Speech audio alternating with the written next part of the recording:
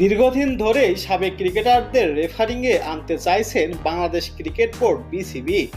অনুষ্ঠিত হতে যাওয়া রেফারিদের 2 দিনের প্রশিক্ষণ ও কর্মশালায় যোগ দিতে সদ্য অবসর নেওয়া মাহমুদুল্লাহ রিয়াদকে আমন্ত্রণ জানিয়েছিল বিসিবি, কিন্তু তাতে সাড়া দেননি তিনি।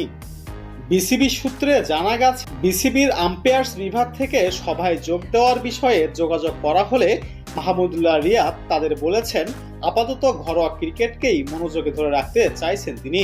দেশের হয়ে সব মিলিয়ে 50 টেস্ট, 239 ওয়ানডে ও 141টি টি-20 ম্যাচ খেলেছেন মাহমুদুল্লাহ রিয়াদ। টেস্ট ও ওয়ানডেতে অবসরপ্রাপ্ত, আর টি-20তে নিয়মিত অধিনায়ক হিসাবে বাংলাদেশকে নেতৃত্ব দিয়েছেন তিনি।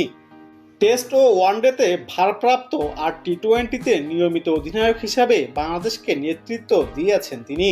এবছর চ্যাম্পিয়ন্স ট্রফির পর আন্তর্জাতিক ক্রিকেটের সব সংস্করণ থেকেই অবসরের কথা জানান মাহমুদুল্লাহ, তবে এখনও ঘরোয়া ক্রিকেট খেলা চালিয়ে যাচ্ছেন তিনি।